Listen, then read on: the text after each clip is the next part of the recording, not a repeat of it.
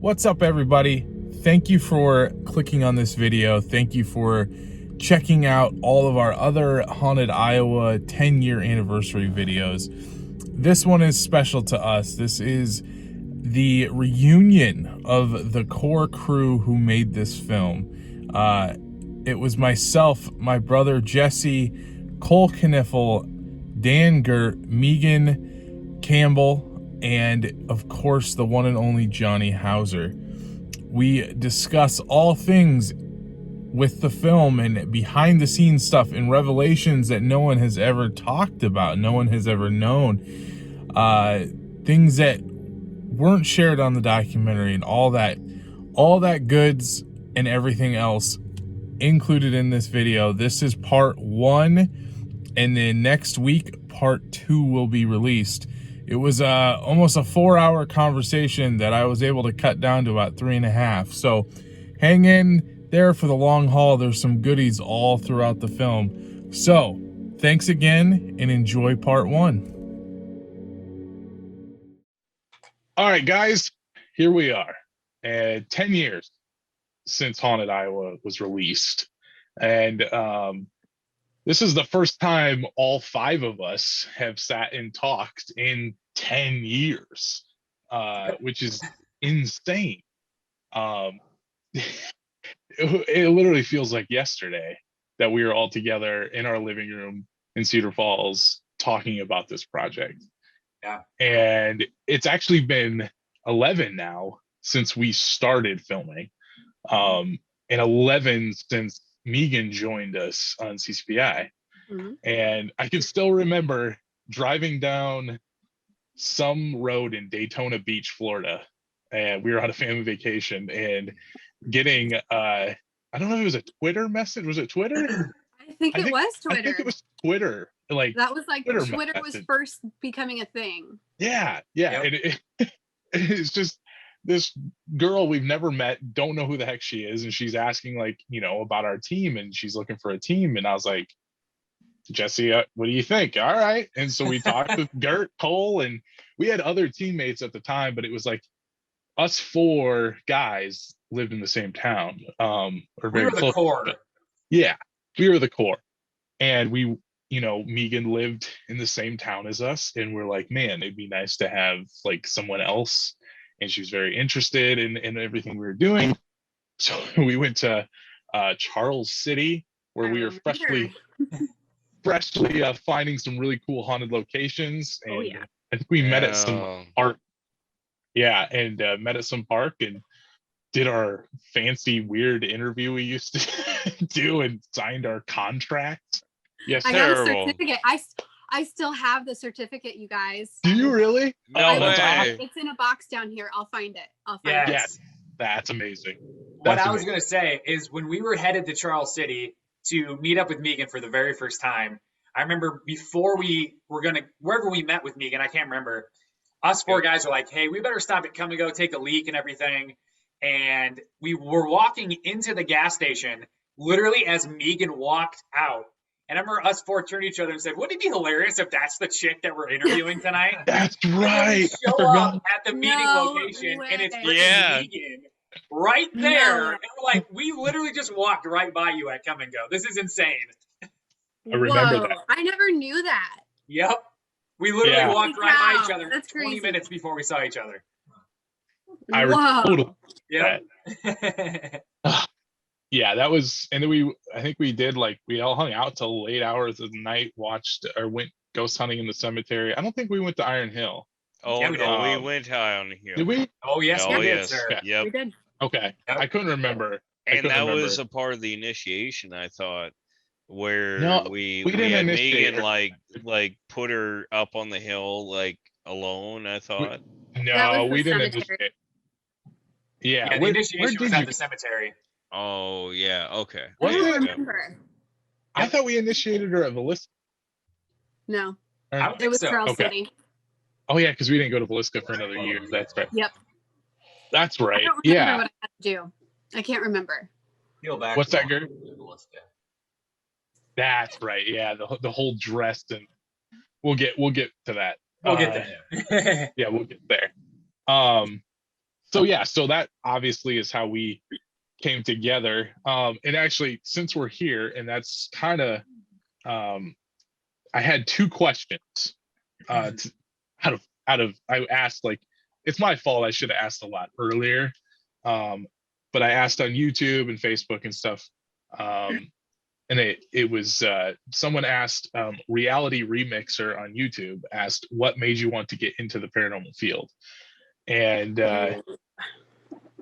my gosh, this is a story Jesse and I have told 1,000 times, and Gert as well with us. I'm right there. Yeah, us top three, Jesse, me, and Gert were all there at the first night in 2001, which is now 20 years ago.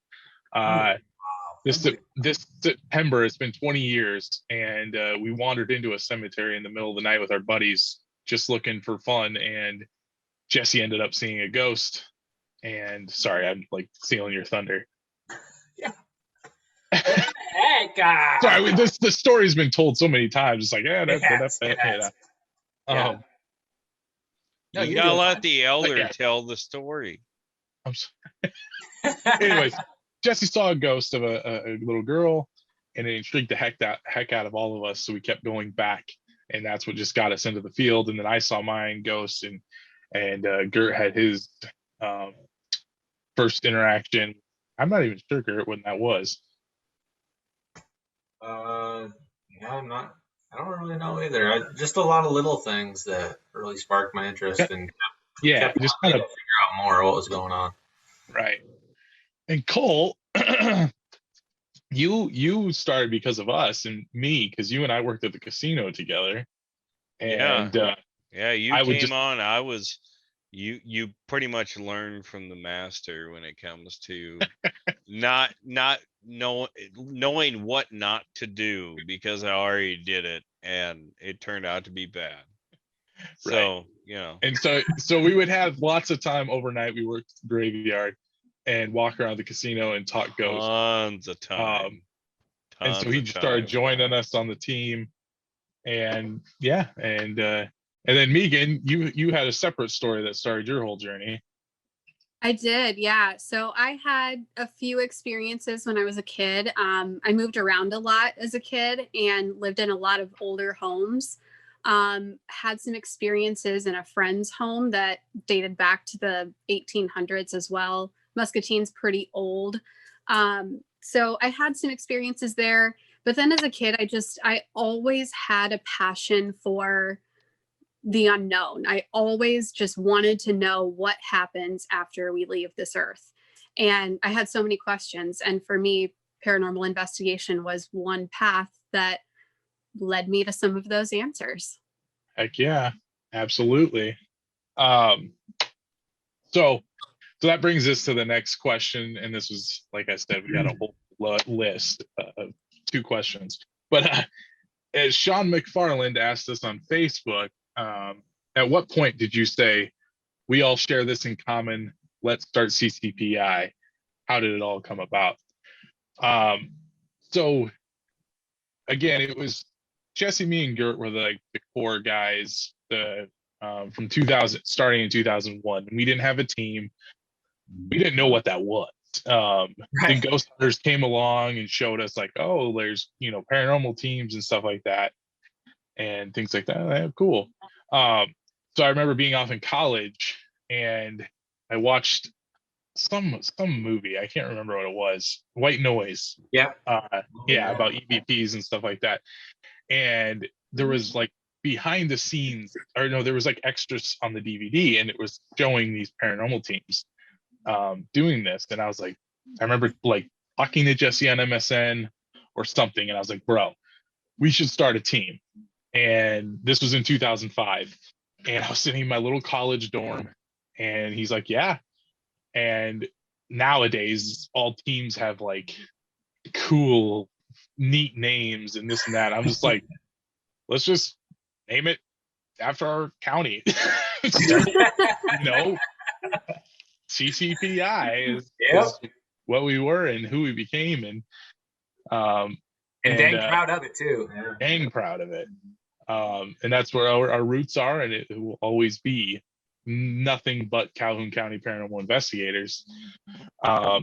So yeah, that's how we came. And then my gosh, our team has like gone this big to this small to this big to this It's small. like an accordion. Yeah. It's, I mean, for a while there, it was like, hey guy, you like to go on ghost hunts? Oh, I've never done it. Okay, let's go. Cool. Let's give you a certificate, make you get scared for a bit. And that was it. And like I said, I'll post a picture right now of, I think this is a group picture of us, like when our team was the biggest. It was huge, like stretched across the entire screen, and I would Photoshop every new member that came to the team. Yeah. And then that was like our first wave, was up until 2010, and people started kind of leaving and life was changing and stuff like that. And then Megan came on, and I always consider us five, like when you think of CCPI, I think especially the ghost era, it's this who you're seeing right now on screen. That was 100%. team. Totally. It was when we had, I think, I mean, there was a couple of years, like 2012, 2013, we had new members join. We had a lot of effect, but like, there's just something about this team. It was my favorite years. Just because it was raw, and it was just still new to us, you know, like we had been on a lot of investigations, but we were hitting new grounds, you know, doing new things. It wasn't just Villisca like once a year and this and that. Yeah, just I think a big thing of it, why these 5 people coming together made such an impact, was we brought so many different things to the table all at once. So like Seth and I, we brought this like filmmaker's passion, and Gert brought a very skeptical point of view and questioned a lot of things. And I think that paired him well with Cole right off the bat. And then Megan came in. I would compare Megan's level of passion to mine and Seth's passion, because Megan, you were pursuing paranormal stuff at University of Iowa completely by yourself. You wanted it so bad, but you just couldn't find that foundation. Yep. And when you came up to you and I, however you found us, it was like you finally saw a place to start building a foundation for your passion of seeking after answers in the paranormal. And it's like we were all plugged into the same surge protector, and we just went off running. And there was so much passion and so much just, we didn't care. Like, we didn't care what other people thought. We didn't care what other people think. Like, we just wanted to go. We wanted to go prove people wrong. People doubted us because we were college kids. People doubted us because they thought we just wanted to be on TV. People doubted us because they thought we wanted to be famous. And we said, you know what? No, we're going to prove to you that we're here to show you that this stuff is legit. And that it's stuff that you can't mess around with lightly. And when we all locked into that same mindset, it was game over. And we just went for it. Like, nothing was going to stop us. Nothing was standing in our way. And we went balls to the walls. And that's why I think these 5 people here made such an impact for what this means today. I agree 100%. And that's the other thing too, is like you kind of touched on, we were all on the same level, like in our thoughts. Like you see a lot of teams and it's like, oh, this person is sensitive and they're the ones walking around, and so they're regarded as this. And then you have the leader who's regarded as like the leader, you know. And it was just all of us. It was just, and we were all friends, and we all got along, and we hung out outside of investigations and stuff. I still remember Megan coming over and watching Ghostbusters, or not? Ghostbusters. Ghostbusters. And we just hung out all night long watching Ghostbusters and stuff. And it was a blast. And we would have our meetings, and we would just like hang out and laugh and stuff like that. Yeah. It was just, we were just buddies. We were all just buddies, just hanging out, doing what we loved. And so, so that's how we came to be. And like I said, CCPI has been through a whole lot of incarnations, if you will. I kind of look at it as like, I think it's 5 phases. Now we're at the Bigfoot phase. But yeah, that special time, that year that we filmed Haunted Iowa is still like my favorite year in CCPI. Yeah. It was awesome. The only thing I found was this. Oh my Nice. All of a sudden, I look up and I see this black shadow. There was red handprints wrapped around my neck. That's why I couldn't breathe. The original. Remember that. And I got our contract in there. Dude, that's awesome. I have the pen from that day. I have a napkin from our flight. I have ticket stubs from our flights. Wow. And I have what to wear and all the other stuff, all the licensed material, like literally all the signed contracts and everything. That is awesome. Yeah. Keep Very that first handy. TV appearance for CCPI, baby. All right. So again, we were looking for some new project. To do. We had a background in film, Jesse and me, and that was definitely something we wanted to pursue. YouTube and internet videos were definitely becoming a thing back then, but we wanted to do more. Our first idea was a series, and I think we kind of had like PBS in our head, like this would be awesome to like make for PBS. And the second thing, like we were very much into paranormal shows. Obviously, we were ghost hunters, ghost adventures, ghost hunters, whatever else crap was on at that time. And the thing we were noticing was like no one ever came to Iowa. They only came, like, Ghost Adventures, I think, eventually came to Villisca at some point during that time, but like no one came to Iowa except for Villisca, and that was it. And that was only like some shows. So I was like, okay, we all know that this place is stinking haunted. We need to show the world that Iowa is haunted. And so what did we do? I'll quit talking so someone else can kind of explain. And I don't want to do all the other talking either, so. It's fine. We'll get to a Along point for where the we're all. ride. Well, I mean, more or less, we just came to the conclusion, like, let's make a film. Let's visit all these haunted, or like try to find new places that no one knows about, places that have never been shown anywhere, and show these people like, hey, these places are haunted. Iowa is haunted. Because we, especially, I know Jesse and I, especially as we've gotten older, we have a deep passion for Iowa. Like, we love our state. And I no longer live there, unfortunately, but like, I still like that. I literally display proudly that we're from Iowa. And so that was like the biggest thing too, is like, this is who we are. And we want to represent. It's not just, hey, we're just going to make a show about ghosts. We want to point to it. Yeah, and it's like when it came to scouting our locations too, like you said, we didn't want to just focus everything on Villisca. We knew we needed to feature Villisca, because you can't make a documentary about a haunted state known as Iowa without including the infamous Villisca Ax murders.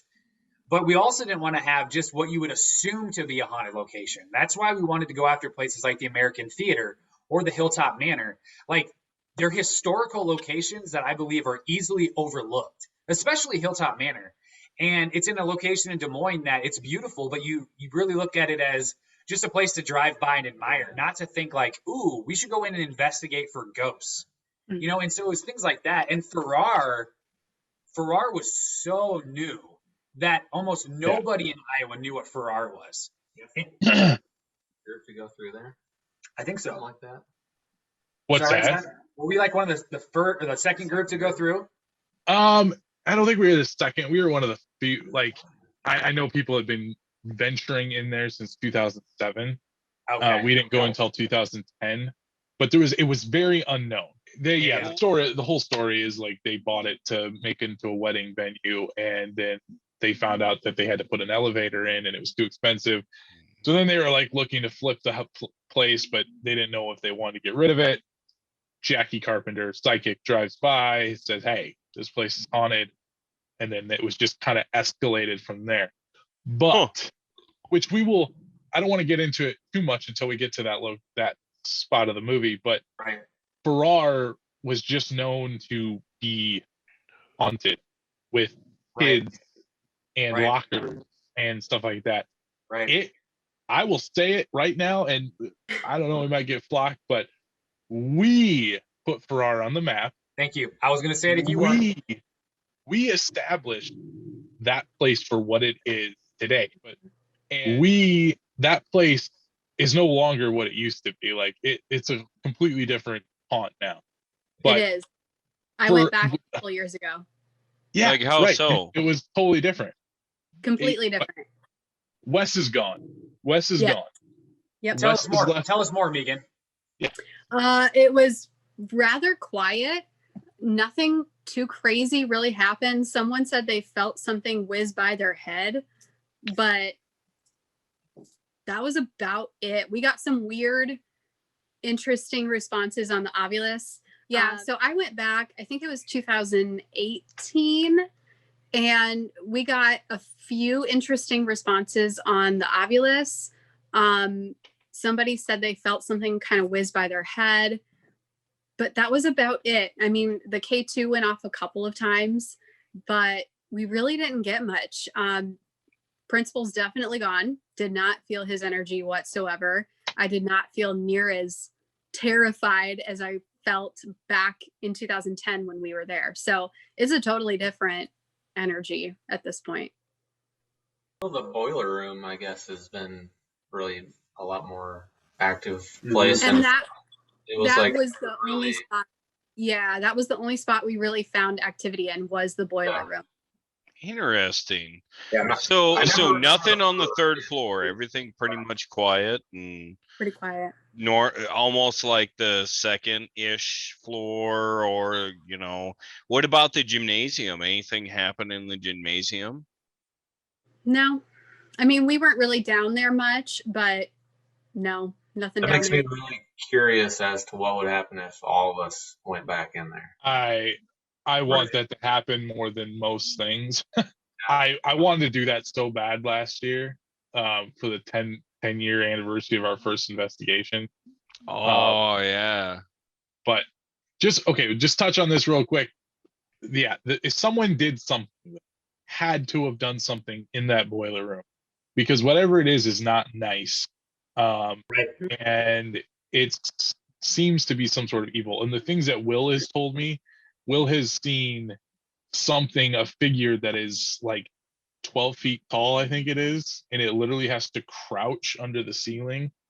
And he says that he's seen it lurking in Mrs. Martin's room on the second floor. Yeah. Yeah, I'm gonna grab some selenite for that. My gosh. Like a black supposedly someone asked it to leave. Or I think a buddy of mine helped get it gone. I'm not sure, but I went back there with my wife a couple times and nothing. We heard the janitor's keys once. We heard a bleacher move in the basement in the auditorium, whatever, freaking gym. We heard that move, but dude, it's different. Farrar's 100% different. To go back with Wes not being at Farrar anymore, we heard him over the spirit box in the hilltop. Yep. And also, I think Villisca in the cemetery. So it seemed like he could, flow. He could go to wherever he kind of wanted to. So it wasn't transcends distance. Wasn't necessarily like he was tied to Farrar and wasn't able to. Yeah, no, I agree, Gert. The last known supposed like interaction with Wes that's been documented was Ghost Stalkers with Tenny and Chad. Can't remember his last name. And Tenny had a run-in with the principal, but he's seen him changing into different forms. And he said that he was some sort of being that it was some ancient type of thing that would literally like form into different stuff. And he said that it was the same creature, the same thing that we've all been talking about for years. And he said that was the principal. So that's the last reference to the principal that I've heard in like the last few years was Ghost Stalkers. But anyways, so since we're talking about Farrar, I have something I want to say. Do you want me to just say it now? Just say it now. Okay.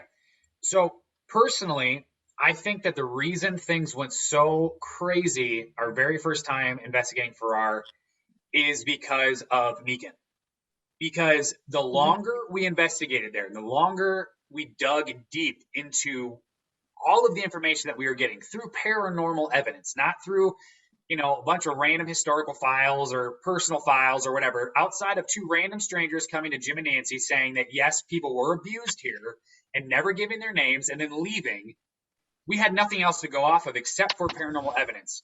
And we were getting things that were constantly, basically in reference to Megan. Later on, we found through a ghost box session that Wes abused a young girl named Megan and raped and impregnated a girl named Megan. And so I truly believe that bringing Megan in, even though there's that long E inflection in her name that would differentiate her between Megan and Megan, there was no difference there for Wes or the principal, and for anyone else that was interested in dicking around with us there. And when Megan came in, from that day forward until she was able to really get a grasp and hold on to the fear that he could instill in her and almost the power over her that he had, I think that's when we started to see a turning of the course, when Megan started to really fight back, and not necessarily out of like instinctual fear, like fighting back because she needs to, but fighting back because she knows she needs to. And that there's only one way to defeat this, and it's if she stands up to this bully, if you will, and says, not anymore. And that's, I think, when we started to kind of get our reins on Wes, and we kind of were able to predict his next moves. Because when you're acting out of fear and acting out of emotion, you're just all over the place. But once you can coordinate your efforts, it's really hard to surprise that person around every corner because you can almost calculate where they're going. And then you see Megan stepping away and no longer coming to Farrar as often. Yeah, it was still there because we knew how to pump into his ego. But you stop pumping into that ego long enough, it's going to fully deflate and be like, what's the point? Mm-hmm. And I think that's when you started to see the dissipation of what we believe is Wes. Wow. That's a really interesting perspective that I never actually thought about, but I absolutely believe it. I absolutely believe it. And it's so funny just the way that you said how I made that shift of not fighting out of instinctual fear, but fighting out of that inner power and that inner strength. And that was such a huge, huge part of my journey as a human being and the human experience that I'm having right now. So it's really cool. It was really cool. Absolutely. It just kind of like made me start thinking, because like after we did get over that hump, like that hill, and that was like 2012 after we came back from Florida, and we started digging around in the janitor's closet and stuff like that. Mm-hmm. That's when we had that ghost box session that you were referencing. Yep. It became more of like cat and mouse with Wes. Like we would go and spend the night there, and it was like when it was darkest and we weren't paying attention, old creep boy would come around.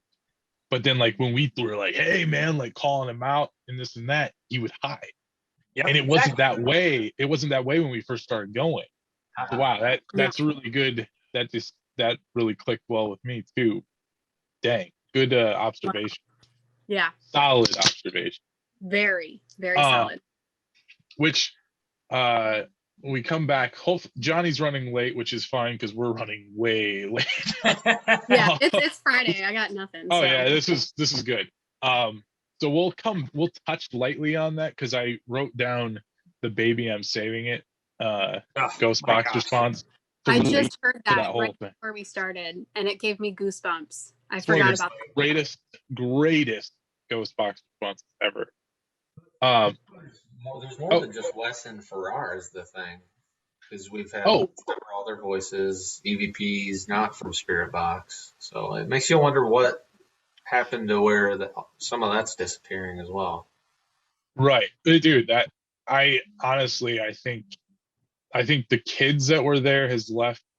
I think that a lot of like I said, I've been in there. I went in there multiple times after I met Kaylee, and I never had the interactions that we did. It was completely different. I even went to events, and it was completely different. Some sort of shift, and I'm not saying it's us. But when we backed away from Farrar, things changed. And when as Will and I always talk about, when I handed that torch to him, and I said, she's yours, it changed. And I don't know, not to say, I think, you know, something with Farrar. We all know that Farrar is. It changed for the better, I guess, you know, because I don't know. not as haunted. Because but not better for or what? No, because there's been talks of like demonic stuff, like the stuff in the boiler room. Has been considered demonic. And whatever this creature is that's tall seems to maybe have some evil tendencies, like different than Wes. I think at some point someone came in and did something really stupid in that boiler room. That's my opinion, because we all know that it's quiet when we used to know that. They cast something, basically. That's what happened. You know, like, I mean, now they heavy metal group from Iowa by chance. Honestly, no, man. I think it'd have been a while after they went there. I always like to say that Corey Taylor listened to me that night, but we'll never know. The way he talks about Farrar in his book, though, is very respectable. Like, he's very he's very respecting about Farrar. And Corey wasn't at Villisca either when they left the symbols on everything. Corey wasn't there. That's just my opinion. But I read his entry in his book, and it's like a love letter. Like, he felt connected to Farrar, so I don't think they did it. So you think maybe if there's like a demonic entity or something like that there, you think maybe that's pushing everything else out of the school now? It could be. It could be what the efforts that have been done to try to get rid of this thing has gotten rid of it, the other stuff. Everything else, because I have a really good buddy of mine, his crew is like, they're legit when you don't hear about what they're doing. You know, like, the people that aren't legit are the ones that are like boasting, like, I just, did this and this and this and this. They do it behind closed doors. They don't talk about it. And I think that the real deal. And they've done stuff there to remove things. So who knows what else is being removed? Right. True. We're going to take this train and put it on the tracks. So put it back on track. We'll try to put it back on the tracks here. So we've decided this is the documentary. We're going to go after these unknown locations. Also, Villisca. We know Villisca is our end goal. So we set that this is like a path to Villisca. And then we're going to visit these unknown locations along the way to when we get to Villisca 8 months later. So our first location that we land after reaching out and researching and this and that, again, even in 2011, there wasn't a bunch of places. Now you can literally like roll the dice and it lands in a haunted location that you can go to. Back then, that was not a thing. So the first place we scheduled was American Theater in Cherokee, Iowa. And honestly, I can't remember what the claims were. I think it was in that Haunted Road Guide to Iowa book. I'm pretty sure American Theater was in there. Yeah. And so we landed it. They were totally fine with us coming and filming in there. And I remember going there, and we were just kind of like going in and just going to start filming and see where it went. We didn't have like a distinct decision on how things were going to be done. And I remember we were like, every freaking paranormal documentary's always had like a million interviews and stuff like that. So I remember like trying to interview the lady, but I was like too shy to like sit her down in a chair and ask her questions and stuff. So I literally just kind of like followed her around while she talked. And that was in the editing process. We were like, I think it was that that one I was like, okay, we're not gonna play this interview game. If we get it, we get it. If we don't, we don't. That's why, the original cut of CCPI had a full, or Haunted Iowa had a full investigation of American theater. And you could see us like just walking around with this lady and her showing us places and stuff like that. Anyways, it was the first place to go for the documentary. Kind of set a good tone and kind of got us on the right path to where we wanted the documentary to go. Right. It was a very good get your toes wet. And that was, I guess I forgot, like that was Matt Clark was a part of that investigation. And that was an old teammate of ours, Matt Clark, and him and I investigating in the basement. And we had activity. We had decent activity. We caught one of our best pieces of evidence there. Do you guys remember that apparition walking across the projector room? And Gert said if the projection guy wants to go up and start the movie or whatever he said. So that was crazy. The projection master, because I couldn't think of projectionist on the spot. Yeah, that's right. I was showing you That's that. right. I backed you up in the narration. I called him the projection master in the narration too. So to sum up quick before we go on, if you watch Haunted Iowa now, like on YouTube and stuff, it literally just is a quick like snippet. Like we didn't have much activity that night. We actually had a lot of activity, especially in that one theater you guys were investigating, but nothing was captured. There was like no evidence except this beauty. And to this day is still my favorite piece of visual evidence we've ever caught. In my opinion. So I'm going to play that right now and we can kind of react here. All right, I left a little green light up at the top of the stairs by the projection room. There you go. If the projector master wants to run up there and say something or start rolling a movie, you're more than welcome.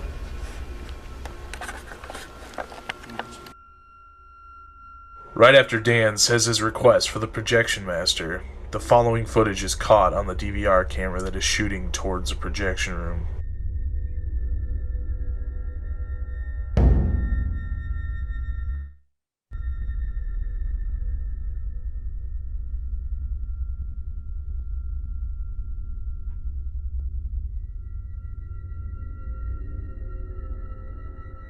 Like this was holy grail stuff.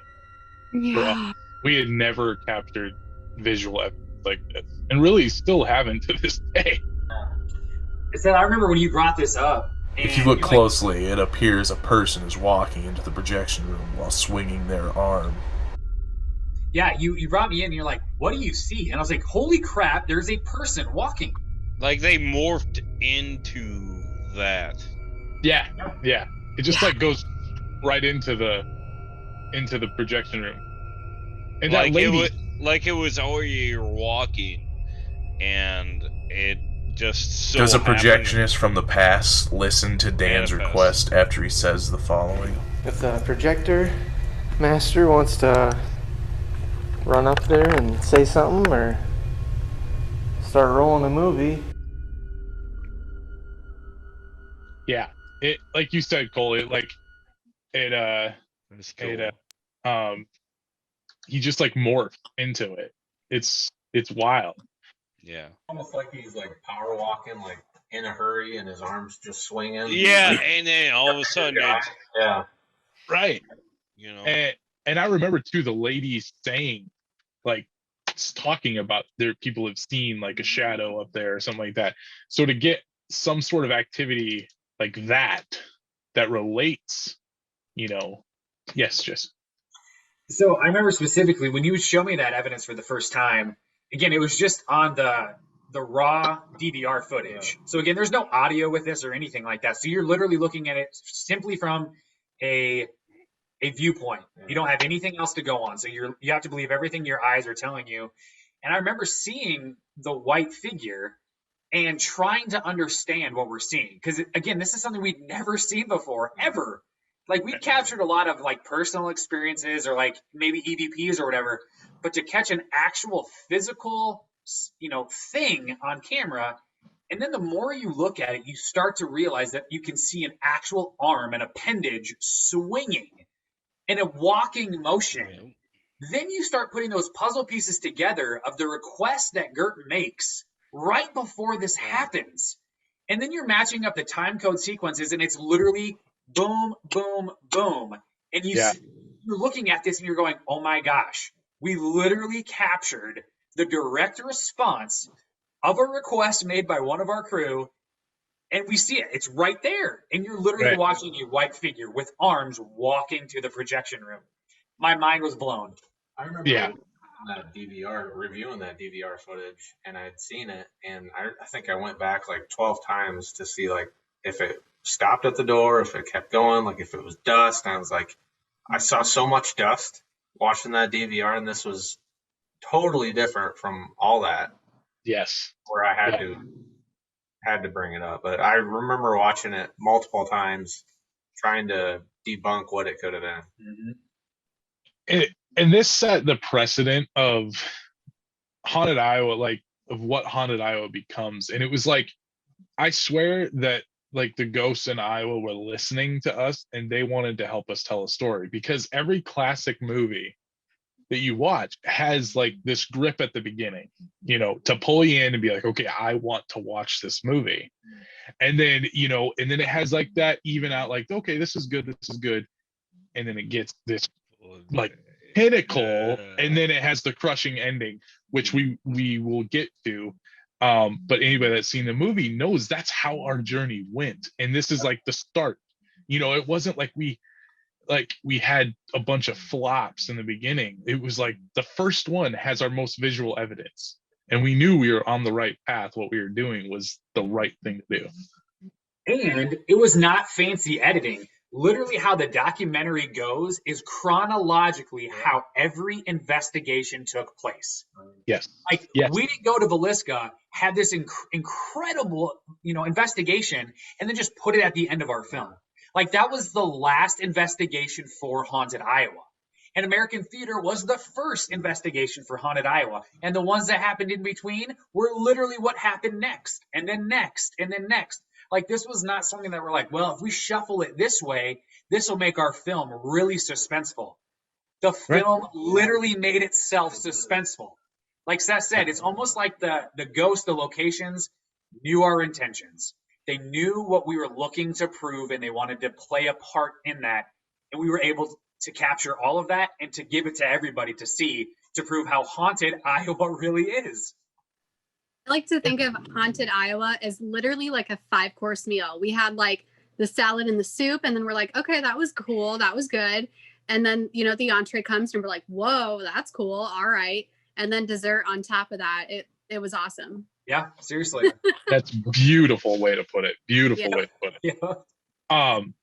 So this, again, this was a full investigation. We did feature the anybody that came to the premiere of this movie got to see the original cut. If anybody that watches it on YouTube or the DVD, they see the final cut, which is 2 hours and 15 minutes. The original cut was like almost 3.5 hours, something like that. Yeah. And it had American Theater, which was a full investigation. And then next, I think Hilltop came next, right? Yep. Yeah. Yep. Hilltop was next. Correct. Yep. So Hilltop Manor, which I'm still fervently looking for the original file so I can put it on YouTube so people can finally see the complete deleted scene, a deleted investigation from Haunted Iowa. But there's a complete investigation that we filmed and did and was in the original cut of Haunted Iowa that does not have any sort of part. I think you can see glimpses of it in the end, like flashback scene. Yeah. And that was Hilltop Manor. And the only reason we cut it was because the movie was just too fatty. Like it was too long, and I couldn't even put it onto one DVD and this and that. So it was our dear friends, but we had to make cuts, and so that one got cut. If you have the Blu-ray, which there's only 25 in existence, there you go. It has the deleted scenes. It has American Theater full investigation. It has Hilltop. And again, I'm trying to find them so I can put them on YouTube for everybody to see. But anyways, so Hilltop. Do we want to talk about Hilltop? Should we talk about Hilltop? Or Yeah, I think we can touch on it, just a little bit. I don't have because it's hard to remember all the details because we don't have Haunted Iowa to jog our memory. right? Because even watching Haunted Iowa just the other day, I was like, holy crap, I forgot about so much of this stuff. Same. Right. So I think it would be at least respectful to the core of what Haunted Iowa is to make sure that we do touch on that. Absolutely. Jesse, you want to state what it is, what Hilltop was? Yeah. Hilltop Manor is a beautiful historical home located in the Sherman Hill area of Des Moines. It's like where all of these original homes were built when people migrated to really build Des Moines into what it is today. And a good team friend of ours, SRSOI, had talked to us about going to this location and that we should feature it on Haunted Iowa. It was basically their home location, the one that they're the most passionate about and really believed showcased a different side of the paranormal. One that I would say leans more on the hospitable or the innocent or the welcoming or heartwarming-ish kind of, like a paranormal side with hospitality, I guess. And so we went there and it was definitely interesting. It didn't blow our minds and it didn't, set our passion on a new adventure. But the type of things that we experienced there were definitely profound. And part of the history of this home was that there was a fire in, I believe. Okay, so it was an apartment complex that sat on the original location that the house is now sitting. That's the house. The house was moved from the Drake area. Right. It was uprooted and brought to the location of this apartment complex that burnt to the ground and killed people. There were deaths in that fire as well. Yeah. So you look at that. So you're bringing already historical home. You're relocating that. So a lot of people would believe that there would be some disruption that happens if there is some sort of a spiritual attachment to this home. That there's now this disruption that's going to happen by placing it on a completely new foundation. And the foundation you're placing it on is already tarnished. It's already charred with ash and sadness and all these factors that go into it. So we were really excited about it. And I remember sitting in the attic and really chasing after, the spirits of those that were lost in the fire. And I don't really recall exactly what we experienced. I feel like we had some experiences of things that were related to the fire that were like, oh, that rings a bell. That kind of makes a connection. But I really can't remember much. I do remember Seth seeing I do in the attic, I believe. What was that? I believe in a ball of light in the attic. I should have dug out the Blu-ray and watched it. We do catch, I remember a great EVP or some sort of EVP during the actual walkthrough. I remember how awesome of an EVP that was. There was definite EVPs and voices and footsteps that I distinctly remember. I do remember being in the attic though, and I do remember, I can't remember though if it was Ghost Box or Ovulus. I want to say it was Ovulus, but we were getting really interesting words about the fire. Like I feel like I remember hearing burned and something else. Yeah, I think that's what I'm thinking about, Megan. Yeah. Yeah, Ghost Box. I wish we would have had you would have had Ovulus, but yeah, it was Ghost Box, I think. That's what it was. Yep. I remember too that there was only one bathroom that we were able to use. And I remember every time I go to that bathroom, I was scared to death to go there by myself. And again, this house did not have an aggressive side. It didn't have anything that was really like scary.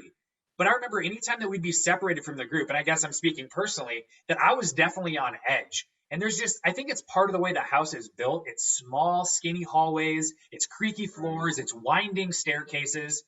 And you had to go around this creaky corner right by the staircase to go to the bathroom. And I just remember being in there and washing my hands and hearing someone walk up to the door behind me and thinking Seth was there, wondering where I was at, what I was doing. And there was nobody there. And it was just one of those things that it almost felt like you were being followed or you were being watched. Again, like there was just somebody present there, just maybe curiosity. And that was actually a claim that was experienced by the owners of the house, that there were footsteps running up and down the hallway. That's right. So for you to experience that firsthand, Yeah. it's pretty Well, cool. we went to a Halloween party there years later, like 2 or 3. I think it was like 3 years later, and we were upstairs like dicking around, looking in one of the bedrooms because they had decorations, and I remember hearing running down the hallway. Yep. And that was what Randa would talk about, is she would wake up to the sounds of people running down the hallway. Right. And to paint a picture until we get this video up, hopefully, this is just like your classic haunted mansion, but like classy. I mean, you got your big open staircase, and like Jesse said, like these narrow hallways and tons of bedrooms, and then your big open wide attic, and there's like creepy dolls up in the attic and stuff like that. Mannequins and stuff like that. Beautiful antique woodworking. Yes. Oh, yeah. It was beautiful. Great woodworking by all means. Yes. Very, very classy. Okay. So that brings us to the next investigation in the movie, and that was the Grand Opera House in Dubuque. Yep. And that's the first full investigation that you see in the movie. This was a place I went to college in Dubuque, and this was a place that I had wanted to get into. Us three had wanted to get into for years, and it's like floor on floor on floor of epic old building, and we were able to get into film, which was super cool. Megan couldn't join us. Can't remember why. But that was the first and only investigation that Megan wasn't a part of. But it was an awesome place. And we've been there, what, twice? I think 3 times. Twice. 3 times? Okay. I believe so. Yeah, I can't remember. Anyways. At least 2. At least 2. I think it's only been 2, because it was, the first time was a really nice guy, and the second time was that weird dude. Like, we were trying to talk to about ghosts, he just wasn't having it. Okay. Remember that? Yeah. I remember the first guy. The first guy was really cool. Yeah. He was a super cool dude. And this was the first time we had guests investigators with us, and that was the one that sticks out is our buddy Dave, our longtime friend Dave, and he was the one that was in the basement with me, and that was, I think, the favorite part or favorite piece of evidence that one of the favorite of that night was the knock. Dave and I were sitting downstairs, and so the way this place was set up is you had the main auditorium, which is an incredible auditorium, and then below it was these long like system of hallways that went around, and it was where like the dressing rooms were and the makeup rooms and props and stuff like that. And that's where we had a lot of activity. And it starts out as you can see, like Cole and Gert, you guys had some wild stuff happen down there, like you're cold and cold breezes and stuff, things like that. But the one that just sticks out to me was Dave and I are sitting in a makeup room, and I'm like, if someone's down here, can you knock? And I did 3 knocks, and then literally it's just like we're sitting there in silence, and all of a sudden it's like doom, doom, doom from inside another room. And I'll never forget that. Like, it's a rarity that you're always like, you always want knocks back, but like this distinct like gave me the exact amount of knocks back. Intelligent, dude. Intelligent. Yeah, and then it was absolutely intelligent. And like I said, you guys chased stuff, you felt stuff. We all were down there. Jesse, you were feeling something on top of you, and then that orb came out of your head. Yeah, we're down in the same area where you had heard the knocking responses, and we were trying to get those same knocking responses again to document them further. And there was all sorts of waves of energy that were kind of coursing through that entire building, that entire investigation, from cold to hot to uncomfortable to electrical. And I remember just feeling a really strong presence, more specifically in my head. And by all luck's chance, Gert happens to turn the camera towards me, and you see this light orb come right out of my forehead and leave. And it was at that exact moment that I was feeling this overwhelming energy. Now, Cole at that time was using the infamous Ghost Radar app.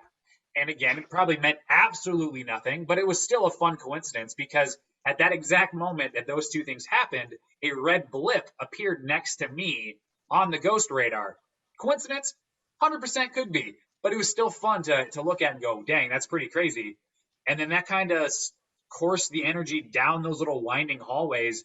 And to a degree, we started to follow some kind of shadowy figures and other sounds down through those basement hallways. And it was pretty crazy. So we broke up into, I think, 3 groups. I know Dave and Seth were up on the stage. Cole and I were down in the hallway, which is right below the stage. Yep. And Seth and Dave say they see a figure on the stage, and the figure disappears. And right after that, we have a gust of cold air come through the hallway, and it would have came right down the hall, or right down the stairs from the stage, down through the hallway to a dressing room that would have been behind Cole and I. So even though we're split up, we're still having experiences from the same experience. Yep. Just in different ways. Yeah, it was an amazing joint like experience. Like Dave and I are like mind blown, and then I'm freaking out on the radio, and then you guys are freaking out at the same exact time, like right after, and we're experiencing most likely the same exact haunting. Right. We don't even know it. Yeah. But yeah, it was just like it was just a hustle and bustle in that hallway. Like it was just like energy and cold spots and things like that. And it was the same way when we went back again, in that same area. And then Gert, I can still see it in my head, but do you remember? I think I said you and I saw it. The figure I remember seeing walk across the stage was like a taller, just white mist that you could kind of make out some legs just walk really fast across the stage and disappear. That's what I remember seeing. And see, and then what I thinking about it, and what I saw was just literally a fuzzy. It was like it wasn't like clear, but I saw like a woman in a dress like appear in the middle of the stage, like just standing there. And that was when we were all. It was like wrapping up the night. And we were all sitting up in the high bleachers. Right. And I just remember this. Right. Yeah. It was like taking a TV and like trying to tune into Tokyo, you know, like the static image. Yeah. And it was like she was just buzzing in and out, and you could just make it out. And that was freaking wild, man. That was crazy. And one of the things that I think get often overlooked about doing something like this in these amazing locations is it can be really difficult to get in that mindset of like, okay, we have to get serious, because not only are we all passionate about the paranormal, but we're passionate about history, about these locations, about the beauty of these locations. So when you're locked into an old opera house for the entire night, you get really giddy and you get really excited and you get really childlike with joy and just these overwhelming feelings, because you get to go and just basically play in an old opera house all night. And so you think about going into these locations to begin with, you get the tour. Okay, that's cool. Now you know the history. But then now you're let go and get to do this all by yourself, just with your friends, the people that you love. And all of that joy and all of that energy is now coming out of you, and all of that excitement. And you never really think, like, you're literally walking through these locations, supercharging them. And you're just charging these things up. And then you're going back down and feeding back into that energy again and again and again.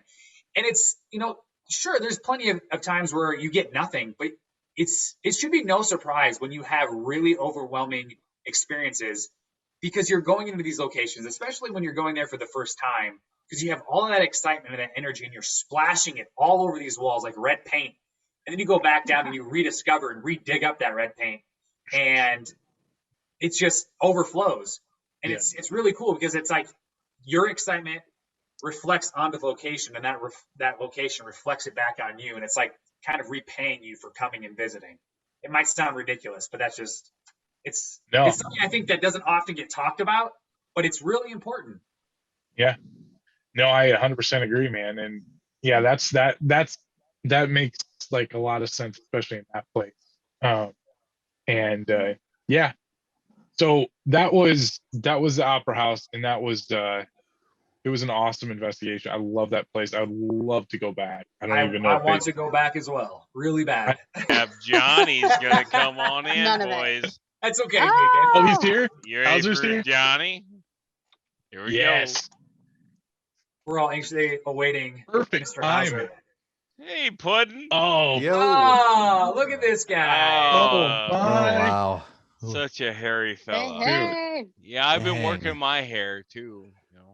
Man, this is like going proud of way me. back. Doesn't this take you back, Go man? way back. Man. I got We figured out, dude, that we haven't all like sat and chatted for 10 years. Like we all haven't sat and talked. Like, isn't it insane? For 10 years. This is wow. I just got to look at everybody's. There's Seth. Oh. Okay, I'm done going down memory lane. It's crazy, isn't it? Dude? Yeah. It was so much fun. Like I look back on all those days. Oh I man, know, man. dude, the grill out, like the grill outs and the hangouts and the sleepovers, and Oh yeah. that was like those were the days, man. You always talk about the good old days. Those were the good old days. Oh yeah. I can remember seeing you all walking down the let me fix this light. The museum walkway. And I'm like, these guys are gonna party and trash the Axe House, I guarantee it. Stupid We're college hardcore. kids don't even Yeah. care about it. We're hardcore. Little did I know. And here we are, Johnny, over Yeah. 10 years later after that. Hauser, and the first time we ever heard about you was somebody from Rockville City, our hometown, went down, and I was like, to the Axe House, I was like, did you get the tour from Darwin? And they're like, no, it's some guy from California. He's just all into himself. And he just talked about he talked about his band the whole time, and I'm like, who's this douche canoe? Yes. And so then I remember coming down and we went and we didn't get Darwin, and I was like, oh man, we're gonna get the douche from California. Yeah. The dudes from California. So we both had these ill views of each other. Yeah. And now, like, look at this, a decade later, and we're still good buddies. That's comedy, dude. Wow.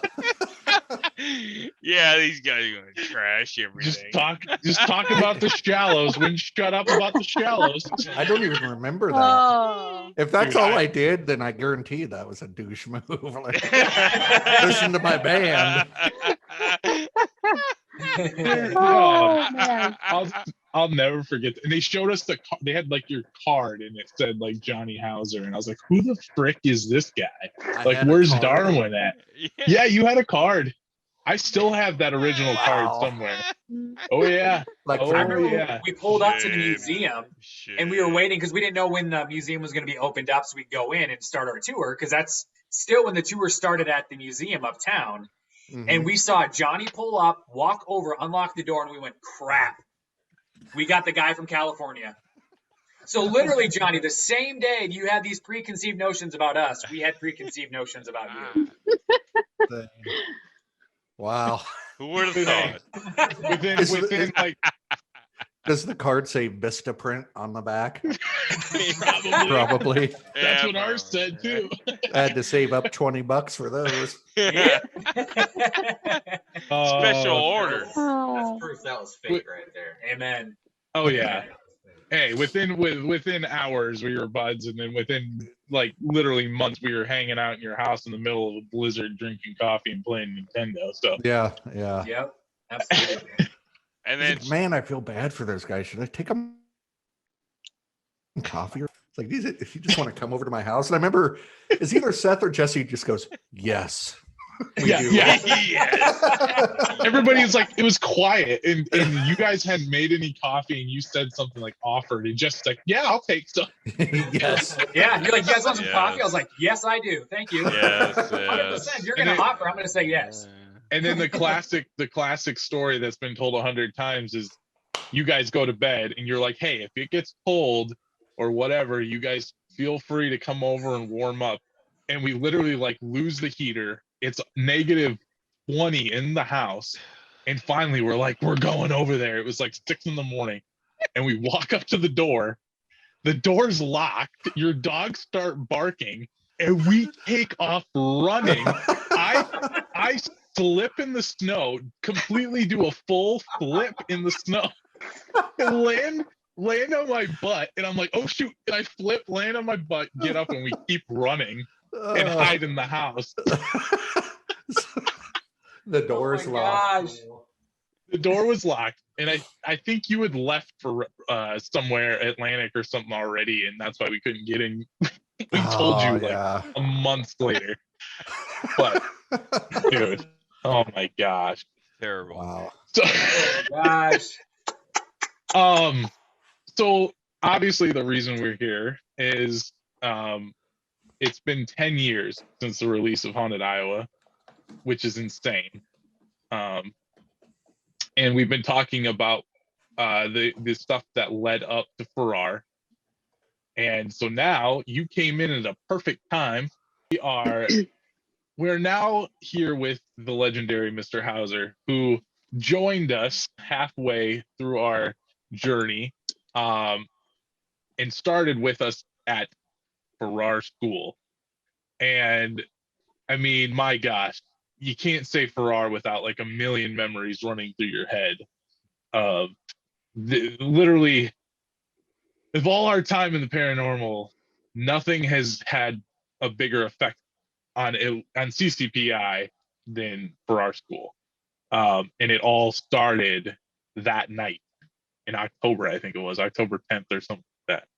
Yep. And it was all of us literally like thinking, oh, I got a random email from Nancy Oliver saying, hey, we live in a haunted school. Would you like to come down and check it out? And I was like, oh, sure. Yeah, awesome. We're filming a movie. This is perfect. So we look up claims, and really all we get is children's voices and lockers closed, like opening and closing. That's all we hear. And I don't know about you guys, but I literally thought that's what we were going to go experience, was little kids, voices, and lockers. Anybody else? Did you have any idea what we were walking into? No. That was going to No. be the most residual No. activity that we'd ever experienced. It was life changing for me. It was life changing. Absolutely. And for Absolutely. me, I remember being really excited just because of the sheer size of the building. I don't think we'd ever investigated something with the sheer mass of a place like Farrar. And so I was excited just because we got to say, we're going to go investigate an abandoned school, basically. But to say I went in there with high expectations as far as activity is concerned, my bar was set extremely low. I was like, we're going to just be hanging out with kids all night. We're going to hear locker doors slam or chalk writing on a chalkboard. Like, I was not expecting anything to write home about. And boy, were we wrong. Yeah, I was like, I'm just going to go and watch. I'm not even going to ghost hunt. Like, I just want to like hang out at an old school, be kind of fun. I was expecting nothing at all. And I remember the first thing, I had that little, the cheap little handheld recorder of mine with like earbuds in. Yep. Following Seth. I think we were on the 3rd floor, and you walk through a door and I hear, get out. Like the cliche, get out. I'm like, do you just say get out, Seth? And he's like, no, why would I? And I'm like, never mind. And right then it's like, okay, something's a little different with this place. Right. And the thing that sticks to me always when I first think of my first impression of Farrar was actually, it was myself and Megan. And I don't remember if I thought we had the DVR. back then. But we never used the footage from that investigation. I think we lost a bunch of footage. I remember that. We did. But we did never. Yeah. Yep. You're right. Okay. Which is disappointing because, man, who knows what was on it. Oh, boy. But I know. I remember Megan and I going upstairs with cords to run stuff onto the 3rd floor. And I remember like looking at her and she looking at me and she's like, don't you feel like we're not supposed to be here? Like you feel like we're supposed to have like a hall pass, which is ridiculous. I was a homeschool kid. I don't even know what that feels like. And I was like, I feel like we're like not allowed out here. We're supposed to be like back in our classroom, back downstairs. And that was where I was getting a weird vibe. And the other thing that was weird to us was during the tour, like the nice lady who's giving us the tour is like, oh, by the way, the principal's office was right here. And he had a door right into the woman's locker room. And I was like, changing room. And what? Oh, and there was windows into the shower room. What? Like, huh? And that's where the like wheel started turning. Like, this is not your typical like school. This isn't normal. And I think the thing that you mentioned about the hall pass is a sentiment that we all can attest to.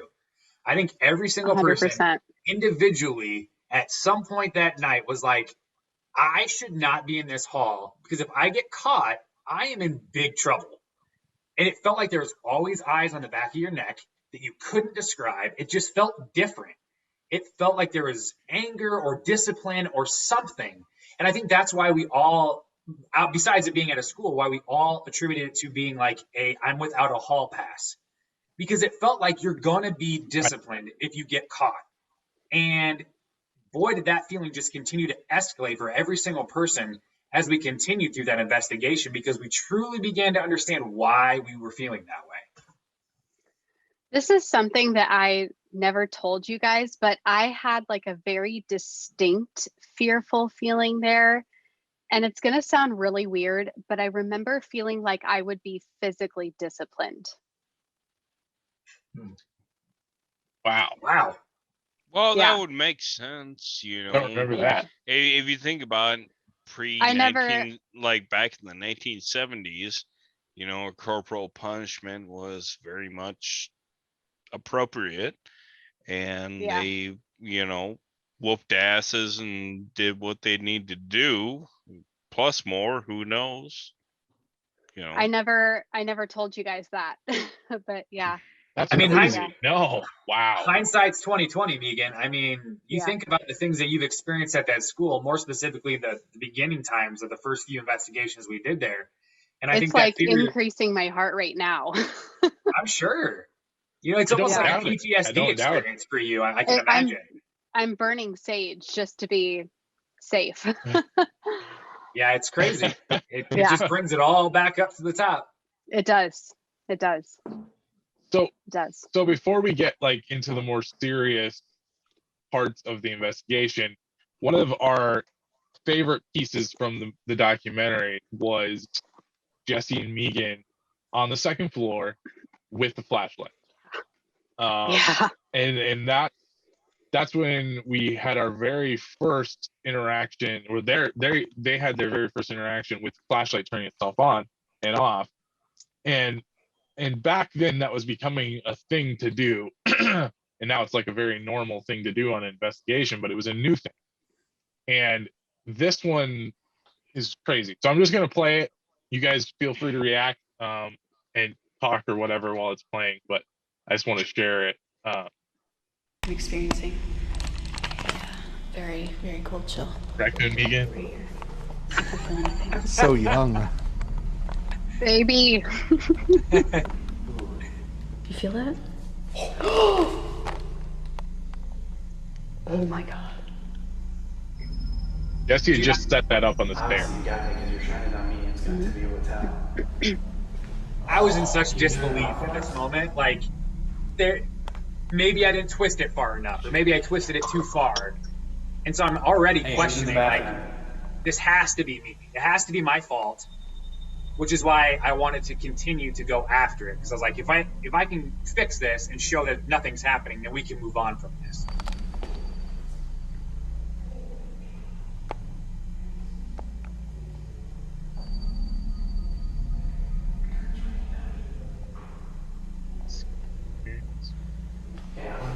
flashlight, okay? Thank you for turning that on for us. Something, Jesse set up the flashlight so that if you barely hit it, it'll turn on. He came back over here and something went over and turned it on. Okay, let's just keep an eye on that. Yeah. I got goosebumps. Seriously. So if the There's flash, serious energy right I here. know, I feel it right here. Oh man, I got goosebumps. So yeah. But yeah, so if the flashlight goes on, that's what that is. And there was definitely some really strong electrical-like energy right in that hallway, and I feel like it was coming more from the bathroom. So I think that's also played into the surprise of the flashlight interaction. Oh my God, 2 times. Did anyone make a coughing or throw up noise? Throw up noise. I remember that. Oh my gosh. We are getting Megan's. And we were all having, which is weird too. At this same time, everybody was having activity on each floor too. Yep. So it was just like pumping. Will you turn the light off for us? Turn it all the way out for us. All right, down in the office area. Oh my God. Face to face. Oh my God. Oh my God, that thing just turned the light off. Can you turn it back on? That's cool. Same reaction today. Cool. Thank you so much. Sorry, Cole. I didn't hear pretty much anything that you said because we're getting some major activity. Gives me a smile on my face every time it turns off. I know. Can you turn it back on for us? Thank you so much. Use our energy. Use it. Yes, pull all the energy from us. I will say Jesse's 1, 2, 3 Oh my goodness. But yeah, that's like the is Stronger. pretty freaky. Turn it harder. Yeah. Take my energy. Take my energy. Make it stronger. And when this is happening, and I'm giving these Yes. instructions or whatever, like I fully don't believe it's gonna happen. Make it stronger. I'm hoping. Stronger. Make it I'm as like, bright no as you way, can. This is not This gonna is happen. cool. It's insane. Like, Stronger. You can make. I know you can make it stronger. yeah, it's cool. It's like literally listening, like making It it is. brighter and brighter. Make it stronger. Keep it steady. Come on. I know you can. Oh. my. Oh my God. Are you serious? Now, can you turn it off for us? Turn off the flashlight. Use our energy. Turn the flashlight off. so that tells me right there, okay, Come on. there's obviously something supernatural that's going on at a minimum. Thank the you, way. Cole. Clearly cool. There's noise in this room just now. Turn it all the way off. Come on. All the way So, off. so what do you think it is? Like what? Use it. Like what? What's your Oh opinion? my God, you. Oh Yes. my God, you've got to be Come on. kidding me. So cool. That's I think it was it, honestly. Thank you. Right here. Hold on. Just hold on. Yeah, this is the best. oh yeah. Here, watch. Just turn it on all the way. Yeah. Just right Fire at it once. up. Fire it up. Come on. 2, 3, 4, 5. Oh my God. Oh Come my on. God. Come on. Oh my. Oh, I've got major chills right now. Major chills. chills. Yes. Come on. Major Come on. chills. My famous line. Yeah, Dude. I want to make that a Major, t-shirt. major chill. We need that to be a t-shirt. Please. I know. I'll make Please. I'll Yes. make it a t-shirt. Please Come make it a on. t-shirt. The Please. thing They ain't normal, man. The thing They that- crazy. the thing that's not shown Uh, in that clip either is right after Jesse does the 5 count, it turns on and he goes, "All right, I want you to shut it off in 10 like 10 count." I count down from counted- 10. 10 to 1. Counted down from 10 to 1 and it shut off. Exactly. And I said specifically, I'm going to count from 10 to 1. And with every second that I say, I want you to get a little weaker and a little weaker. When I get to 1, I want you to completely turn off. Every second, 9, 8, 7, 6, it gets weaker and weaker and weaker. And at 1, it literally turns off. At the exact moment I say 1, Yeah. I've experienced a lot in the paranormal field, and I've been personally attacked. I've been taken over, whatever you want to say. But I don't think I've ever been in such disbelief and misunderstanding than I have at that moment. I just could not wrap my mind around the sheer even if it was coincidence, even if this had nothing to do with paranormal, the coincidence of this alone is mind-boggling.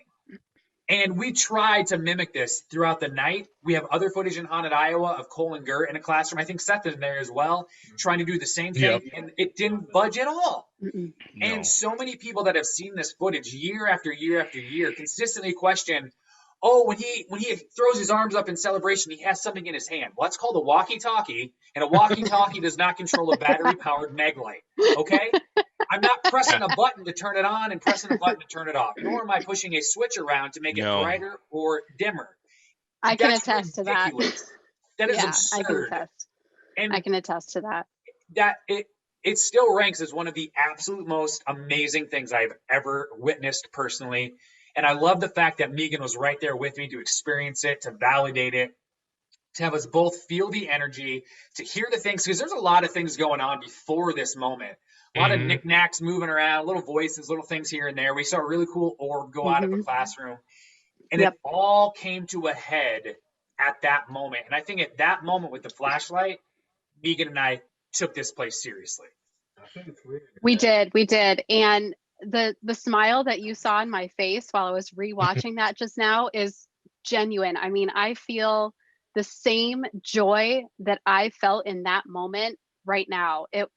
I think we must have sat there for a good half an hour just on command after like one after another, after another, after another. And of course we couldn't include all of the footage, but that was one of the single most amazing experiences I've had in my entire life. And I remember that it was a very playful, comforting, happy spirit. It was nothing that was threatening or scary. And just the sheer joy and like playfulness that I felt in that moment, I just re-experienced that just rewatching it. It was so cool. Amazing. Jesse had mentioned that multiple things were happening during that time. That's when on the video on Haunted Iowa, you can see that's where Cole sees his black shadow. I see the face zoom past my face. And it'd be interesting to see if that's when Johnny and Seth are experiencing something on the third floor, all experiencing something at the same exact time in the school.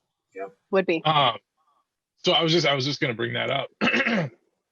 So what's unique about Cole and Gert at that point was they are, if anybody has gone to Farrar like the past 10 years, now you set up all your equipment, and when you're taking a break, you chill in that room that Cole and Gert had their experiences in. And those are two, like, they weren't captured like on camera, but like those two personal experiences are incredible. And they happened in what is now the break room that no one investigated. Yeah, exactly. Like it's insane to think like no one really does. I mean, we've all had activity happen in that room, but like thinking about those two incredible experiences, and Gert, if anyone's listened to us through the years, like Gert's like kind of our good solid skeptic, and he doesn't have like ridiculous things happen to him a lot of times. But that is an incredible experience. And then right after that, someone says Gert, like literally Gert, like clear as day. Yes, Gert. Yeah. And then that was happening at the exact same time their flashlights are happening. And then Johnny and I upstairs were having crap happen the whole time, like sounds and stuff like that, which starts leading us into the tornado of fun. the darker parts of Farrar. Yes, Jesse. Johnny, I've always wanted to see if you can expand a little bit on that moment where you had that mental flash, where you saw what we believe we began to unravel through our many nights at Farrar. So I was just kind of following Seth around, and we're just having a good old time upstairs, walking around, and some things are happening. But like every door we went through, I just kept getting like this weird mental flash. And it was like back in the day, like a girl, I don't want to say like the poodle skirt, but it was like that style, like the dress down to the ankles, the sweater, holding school books. And like I went for a door and I just seen her hand touching the door. And we walked into this room, and I just I just blurted it out. I was like, Seth, not to be weird, dude, but for some reason I keep getting like a mental flash of someone getting raped, which is like really weird to say anyway. Like normally I wouldn't even say anything, but it was just so strong that I felt compelled, like I had to say something, or Right. otherwise I was doing the victim a disservice by not saying it. And right when I said that, I think is when we walked into the sad room. Yeah. I love I'll meet people who have been to Farrar and they tell me their experiences at Farrar. They're like, oh yeah, we're at the sad room, and like all these names that we called it are now the names of the rooms. Yeah. And that was honestly, to this day, one of the most weird, bizarre experiences of my life. And I'm literally okay. Like Johnny was like and which still is. Johnny was like a little hero of mine. He was, ran the Villisca Ax Murder House, and I love this man to death. He was just on Ghost Adventures, and he like, I'm hanging out with my boy Johnny, and he says this like, I feel like this little girl or a girl got raped, and I go, holy crap! And it was literally like someone took like just something so electrified and just shoved it into my lower back. And it traveled up my spine and just like went into my head. And here I am, just start bawling in front of my buddy. And I'm like, oh my gosh, what the heck? And I can't, I'm just sobbing. And I'm not like, that's not me. Yeah. And I'm just bawling my eyes out. And it was clearly what he said was real. Like it had struck forward with me. And then come to find out, like a while later, there was another guy who broke down in the exact same place, like out of nowhere. And then later on, after we were there, people would break down in that same exact spot. And we have our theories on why that is, but it was like, not to laugh about the situation, but in hindsight, like these young kids strolling around a haunted school with cameras, and we walk into this room and I say that, and Seth just collapses to the floor, and he's like crying, and I'm like, bro, you okay? Like, what's happening? And then he said it, it's like, oh, and then right when you said that, like it hit you, then it just kind of got real.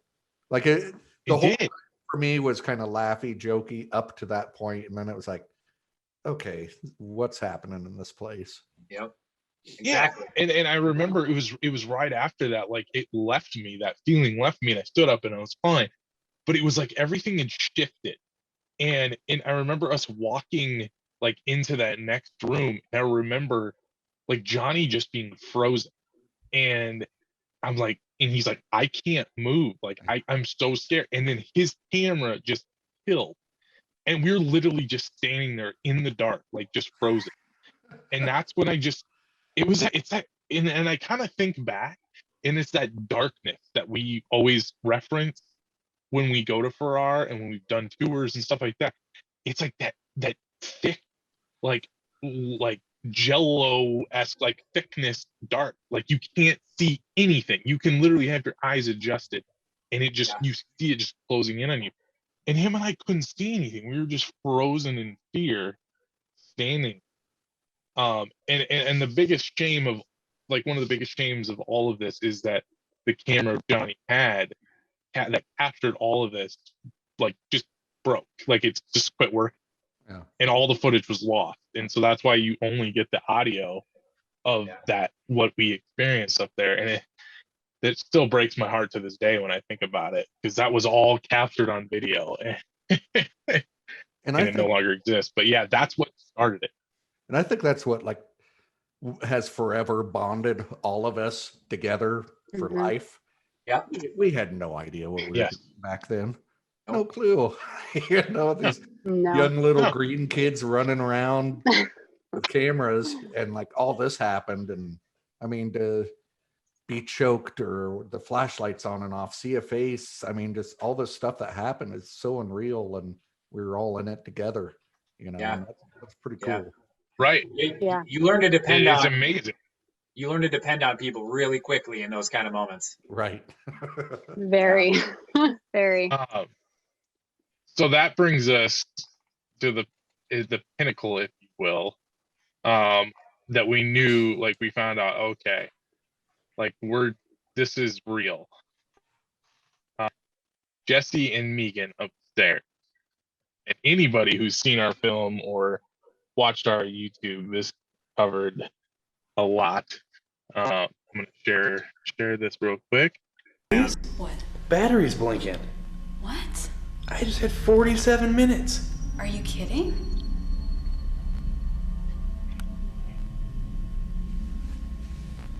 Dude, is it sucking up energy?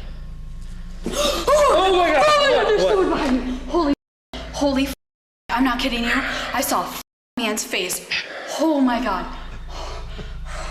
I'm sorry. We're still recording. I'm really sorry, but oh my god. No wonder I feel like crap. Dude, I gotta turn the light on. I'm not kidding. I'm so sorry, but a few minutes ago before the battery started. Sorry, guys. Get the. Take the. Hit the button. We're fine. I just full, solid, honest to God man right behind Jesse. Swear to God. Swear to God, I saw his face, I saw his hair, I saw his sideburns, everything. I'm shaking right now. Look at me. Have them come up here, please. Will you guys come up here? And hurry. Hurry. Yeah, hurry. Dude, I swear to fuck. You're gonna have to bleep the hell out of this, but dude, right before the battery started blinking, I saw a shadow right behind you, and after the battery started blinking, I saw that man. Oh my god. I am 100% sure I just saw the principal. I swear to God. Look at me. Yeah. Jesse, alright? I'm not kidding you. Clear as you and me. Like, he was about this much taller than Jesse. You okay?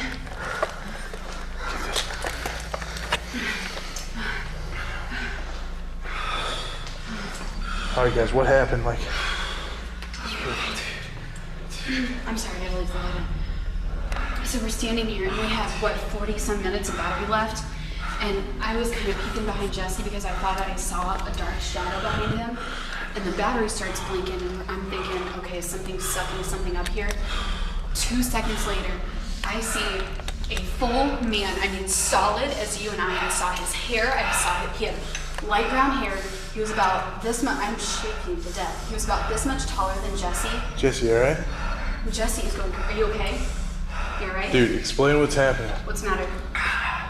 You okay? Are you hurting? Oh, my hands. You are burning up. Lord, please protect him right now. My hands, they hurt, dude. What? Like, they're vibrating and Lord, release I feel like I'm like my arms are on a massage chair or something. Hey, Take your pressure off of Jesse right now. do me a favor, stand up.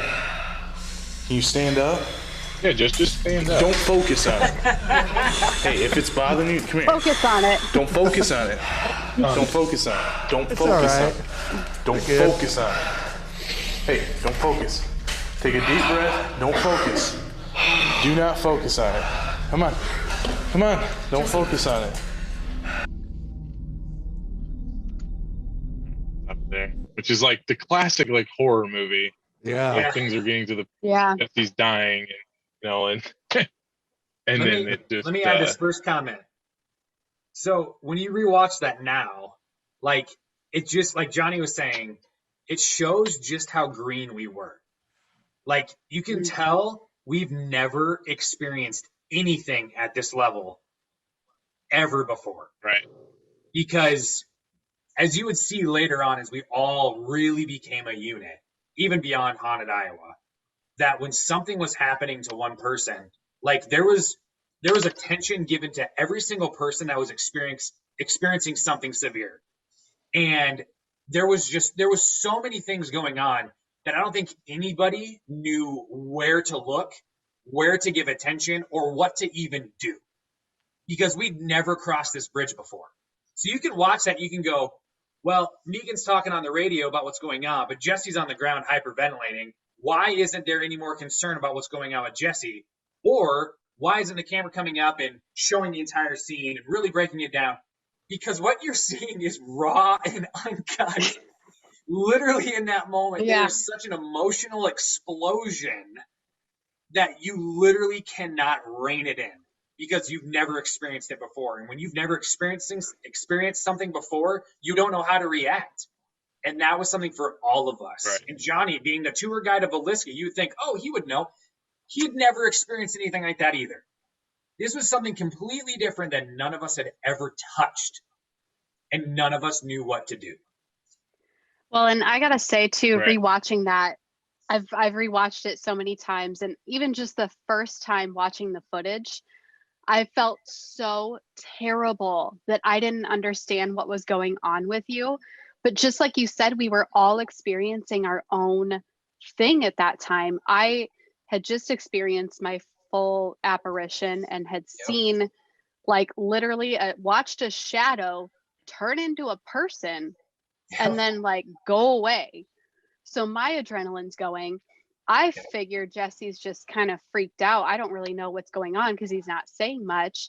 So, and it seems long, but it also felt like it happened so fast, because the next thing I knew, something came onto me and I had to be rushed outside before I even understood what was going on with Jesse. Yeah, exactly. Yeah. And I don't know. I know we touch on it a little bit because we show my neck and it's really red. And I think that there's a little bit of narration about it. But Megan saw who we believe to be the principal, Wes, with his hands like up around my neck. And he was like literally like Gert standing behind me. Okay. Fully in the flesh. And she mentioned she could see the color of his flesh and the texture. I saw the color of his eyes. His eyes. I looked into his eyes. Yeah, the most detailed apparition any of us have ever seen. And he was mean mugging Jesse too, right?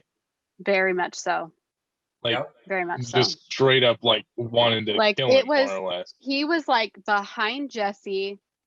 He was taller than Jesse, behind him with his hands around his shoulders, kind of like cringing down like this. And I remember like looking at his eyes, and then he looked up at me, and then he was gone. Yeah. So like that reaction that was happening in that moment, I didn't know what was happening. I mean, I had never experienced anything like that in my life. I think I was 19 years old at the time. You know, I was a kid. Yeah. And the best part, my favorite part of this whole thing is you going outside after you're having your experience. And it's like we talked earlier, it was like, this is literally like a movie making itself. You deliver that line where Cole's like, do you think it's just you're evil? And you're like, yes. And you're just like, I don't even know. Like, this is like, it's like that was exactly what I felt. You couldn't write that better for a horror movie. It was just like, and this is the part, like we talked again earlier, like this is the pinnacle. This is where the good guy, which we think we're going to Farrar, and it's just our good buddy who's, going to be fun to play with, and it turns on. It's like shoves a knife in our back and goes like psycho on us. And it's that like driving hill pinnacle, this is the meat and potatoes of no one expects it. No one expects Farrar to become what it is. And this is that driving moment where you're like, okay, so this is the twist. This is the M. Night Shyamalan, what the twist? Like, this is it right here. Yep. And after rewatching Haunted Iowa the other night, I wanted to make a point to give credit to Dan and Cole for their composure dealing with this emotional situation that for the most part, they had no idea what was really going on. They had very, very minimal details. And they had me rushing Megan out the door. They had me rushing details to them, like, this is going on. I need to get back inside, blah, blah, blah. I'm running at 1,000 miles per hour. And Cole and Gert sit down and interview Megan like they've been documentarians for their entire lives. They step out of paranormal investigations and into a full moment of just taking care of the person that's in front of them and taking care of every need, every word she's saying, everything she says. They are taking note of everything at the exact moment she's saying it and giving it a delicate place to land. No judgment, no questioning, just asking and caring. And I just could not get over, and I've seen this film so many times, but it just resonated so deeply with me. I guess probably because I'm getting older, that the level of care that we had for each other, and in that moment that they had for Megan, and Megan was still very new to our crew at this point, very new. And to be able to be that emotional and that vulnerable with each other is just a testament to what this film not only proved for us as a team, but I think is a great message to just anybody who sees this, is the positive nature of being vulnerable with people and just telling them what is going on. It blew me away. And I just wanted to take a moment tonight to just celebrate these two, because they blew my socks off again with how they handled that situation. I'd like to echo that and just thank you guys too. I mean, Jesse, you hit the nail on the head. Looking back on that, I always, and it was different for every investigation too, but Farrar, and there were moments where I sought solace in Jesse. There were moments when I sought solace in Seth or Dan or Cole. And that was the thing that I loved about our team, is that we truly were a family that loved and cared for each other. And we had no idea what we were getting ourselves into, but the way that our instincts kicked in to protect each other was amazing. Yep. So thank you all, the whole team. I do love the part. I do love the part when it's like outside and it's the caring, and then Gert's like, well, did you get it on camera? And then she's like, no. And he goes, oh. Look, I love, because like, but did you get it on camera? Yeah. You literally couldn't script it any better. You could not script it any better. I love that. No. We needed two. We had one camera. We needed two. Yeah. For sure. Yeah, we had that whole part is great too, because it's shot on Cole's little camera that wasn't great in low light, and so it's like all grainy and like. Oh, it worked great though. It looked freaking great. Perfect for the cinematic wise. Oh yeah, it was great. It was good. It was straight like Blair Witch come to life. Yes, but, so very much Blair Witch. That moves us on to the next section of it, where Jesse is somewhat taken over. He's like reflecting the principal now, talking, and him and Johnny are going back and forth, and it's classic. I love Johnny's like taunting of Jesse while Jesse's got this Joker smile going on, and that's like another thing about the whole green thing. Like, I'm up there like terrified, like, my brother's possessed, like, you know. It's like no. And I also love the part too where Johnny says something like, God didn't give you permission, or no, maybe it was Megan, I can't.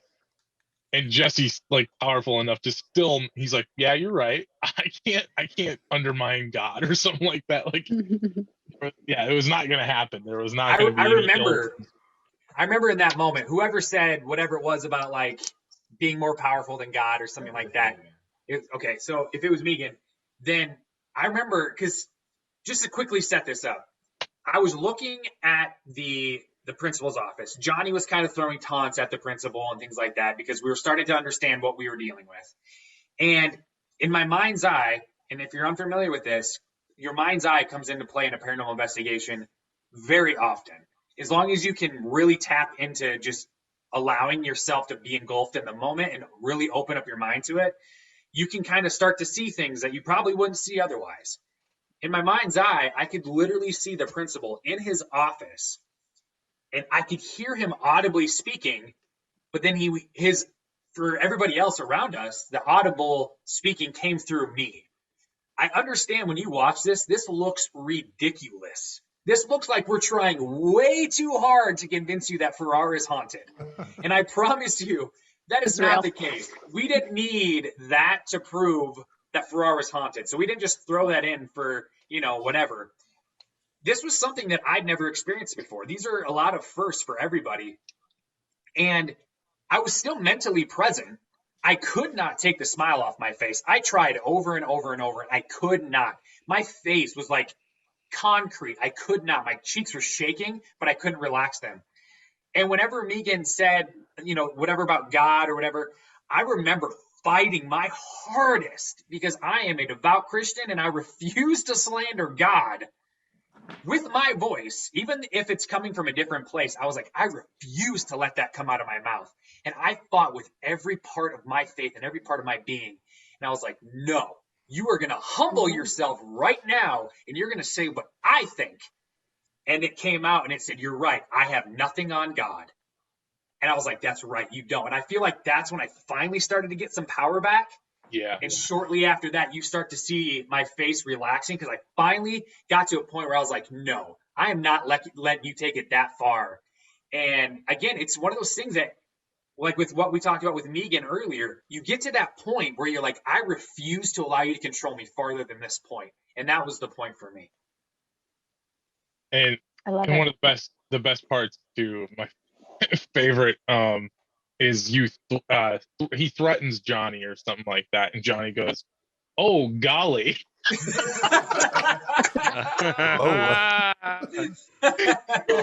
Yeah. The classic house tagline, right? Oh golly.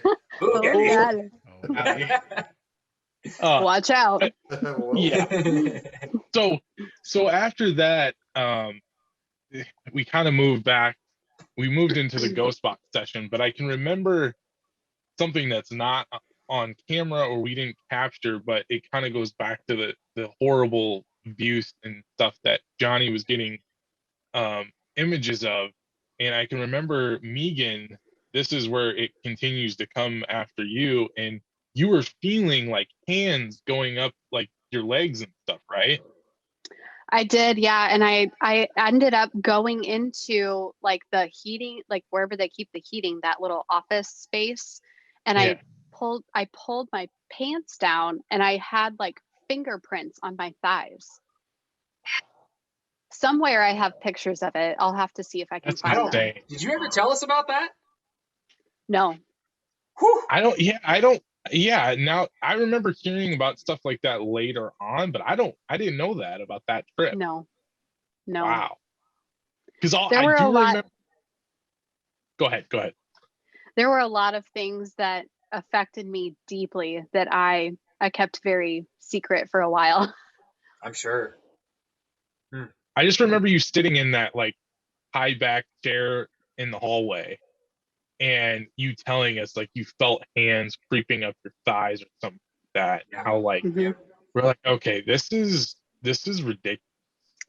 It was literally like on the inside of my thigh, fingerprints. It was like 1, 2, 3, 4, and then 1, 2, 3, 4, and like a faint thumb.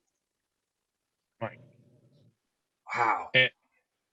And that moves us into the ghost box section, which is where we really got a lot of information. And a lot of people, will say like, oh, ghost box is BS, or in back then it was the hack jack, like wasn't the SB7 or anything like that. It was the, we literally had to hack into radio and click some wires to make it run. Yeah. But we got in insane stuff. And this is where, I mean, before we go anywhere else, this is where we discover what we believe the principal's name was.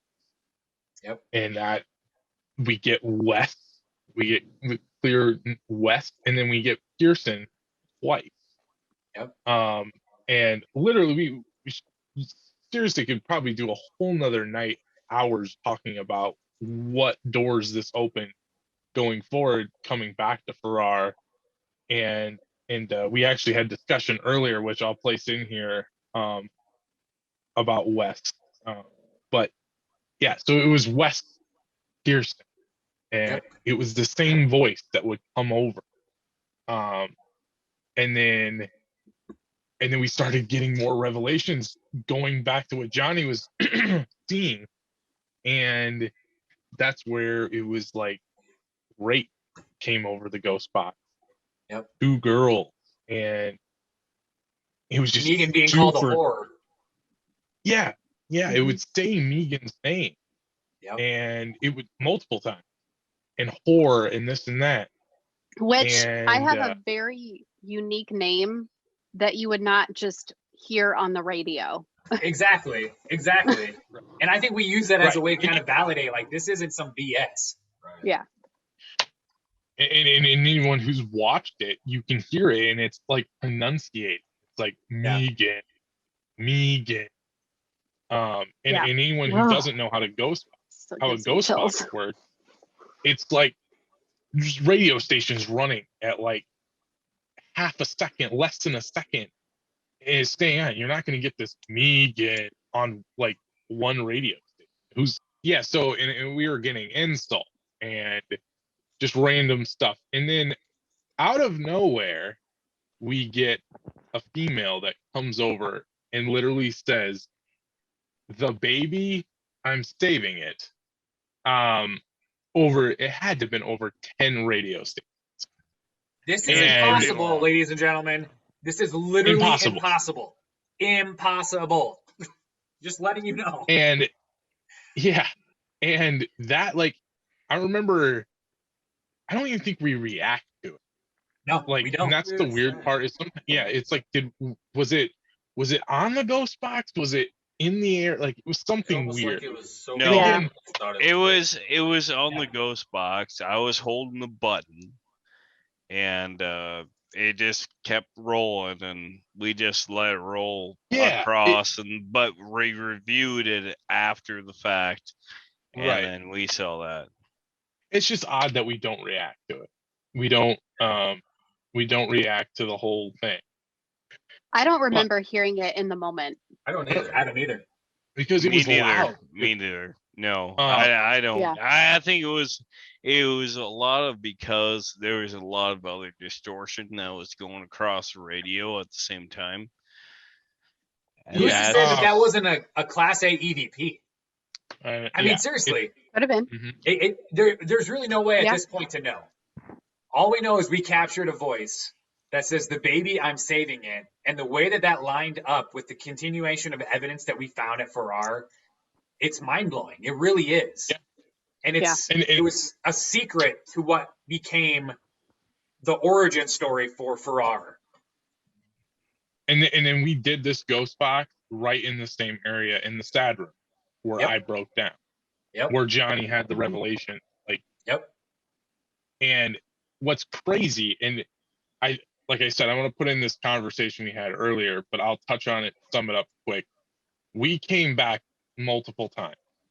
And as we reveal in the documentary, like, that's pretty much the end of the investigation for the movie, or on the film.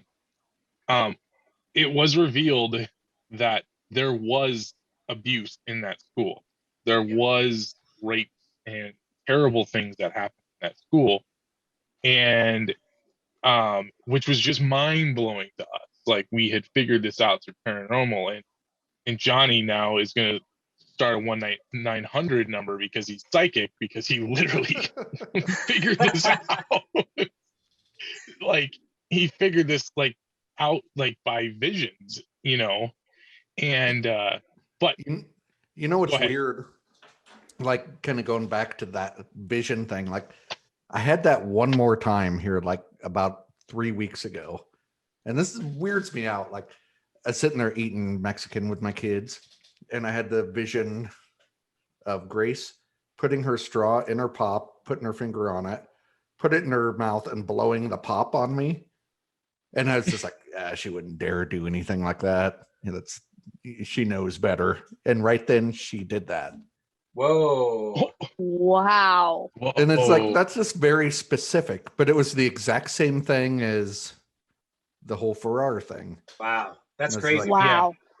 weird. Wow. Very weird.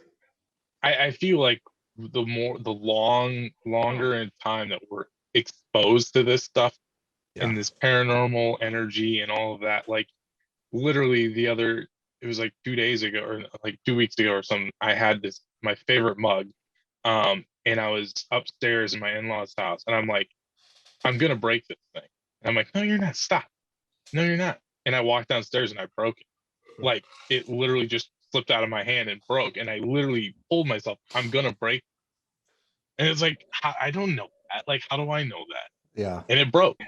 And it's weird things like that. I think we've all had that happen. And sometimes I think it's because we're in this field and we open ourselves up to all this crazy stuff, energies, things like that, that it literally just like seeps into us and we've opened our brain to things that others don't open their brains. So it starts opening doors.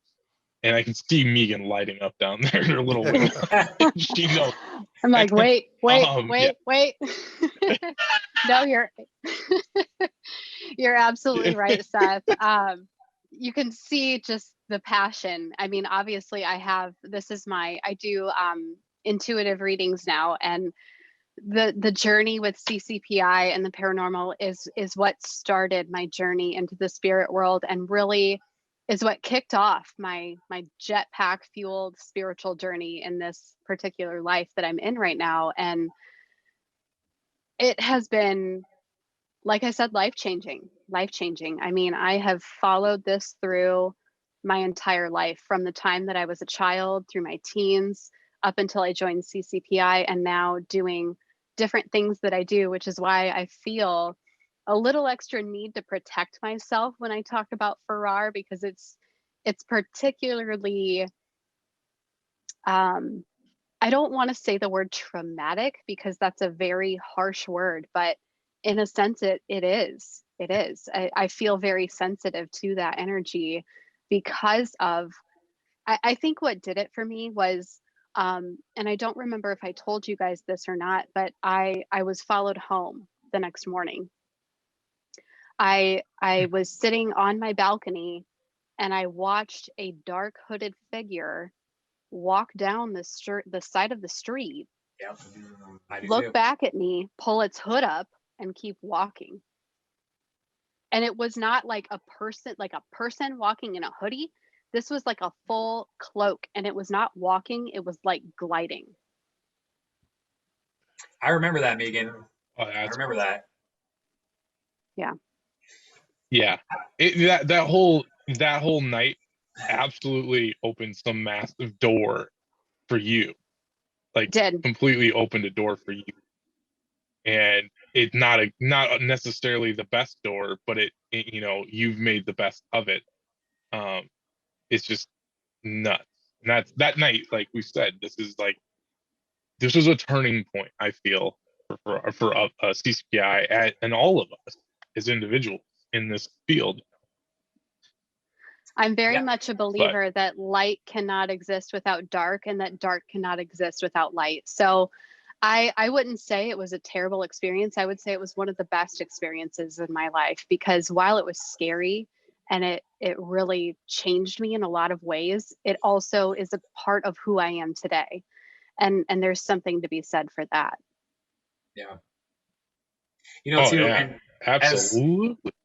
As we're winding down our Farrar conversation, I want to point out too something that I think we all experience, and it shows just how powerful of a force Farrar was specifically that night. And we experienced it a few times after, but every time we needed to take a break, we took a break outside of the school building. We left the school building to catch our breath, to get a break, to have some snacks, to take a drink. And I remember specifically standing outside and just hearing tapping on the windows and looking up and seeing the silhouette of Wes waiting for us to come back into that school. He literally taunted us from the moment he showed up behind me and showed himself to Megan. He taunted us from that moment until we left. I remember we prayed more protection over us when we left that school than we probably ever had before. And we were just leaving saying, you cannot follow us. You have to stay here, because we were truly convinced if we didn't, clearly something followed Megan, that we were going to be up to here with it until we came back and addressed it again. And I think that is a testament to just how powerful that night was. Very. I remember leaving and like, I didn't even want to look in my rear view. I didn't want to look in my back seat. Like, I just wanted to floor it and get home. Like, I felt like, you know, the scene on a scary movie where they finally see the door and they make it for the door and they don't know if the killer or whatever's behind them. They just keep running. That's the same feeling I had on the way home. 100%, man. I remember when we scheduled to go back for the second time. And I remember literally we were like 15 miles away and we decided to take like a different road. And I remember like being scared to like, is it around the next turn? And we've been there before. But I remember us like all being on edge, like it's there. I can feel it. Like I can literally feel the school. Like we're getting closer. We're getting closer. And I remember like, is it around this turn? Is it around this turn? Like it was so intimidating to us. And going on that, like we've talked earlier, and just kind of reiterate, like Farrar up until that point, till that night, was just a haunted school. It was just like we had thought it was. The reports were kids and lockers and doors slamming, and that's what was coming out of that. After we left, that was where it like flipped it. And we say this with ultra confidence, but in no like ego or anything about it. But that night is what put Farrar on the map. Like what we experienced turned Farrar into this extremely epic place. And now like our whole goal was to show the world like Iowa's haunted other than Villisca. And Farrar did that. And guess what? Like TV shows have gone there now. And there's been conventions and bigwigs know about this place, and everybody, you know, people go there. Farrar is known. Books have been written with Farrar in it. And guess what? Who's referenced for the longest time? Who's referenced as the big bad? The principal. Yeah. You know, the principal. Everybody knows, like for the longest time, who haunted that place. And it was what we discovered that night. You know, and then we literally went back, and we are like, I don't think a team has investigated, maybe an individual like Will or someone like that has investigated it more now, but we investigated that. I mean, I know I've investigated for our 44 times, I believe, 44 nights I've spent in that place.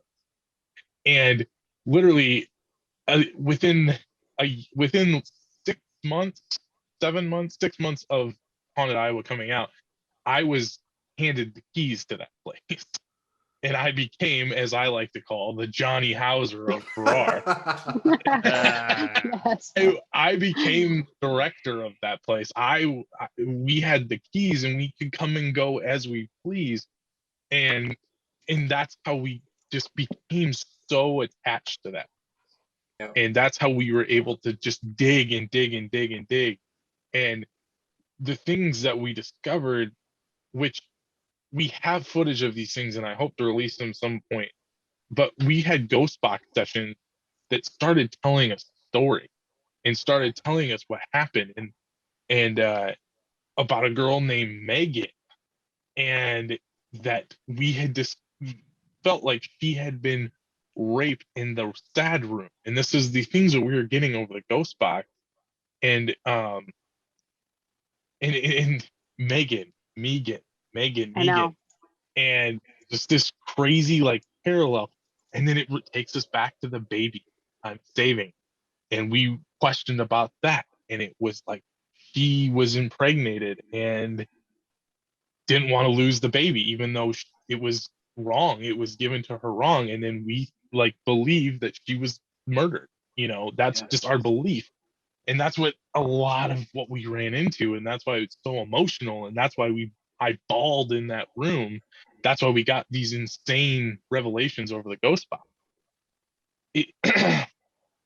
The best thing about a paranormal, location is dig, and pursue the mystery, the stories, the mystery. Not everything is there on paper for you.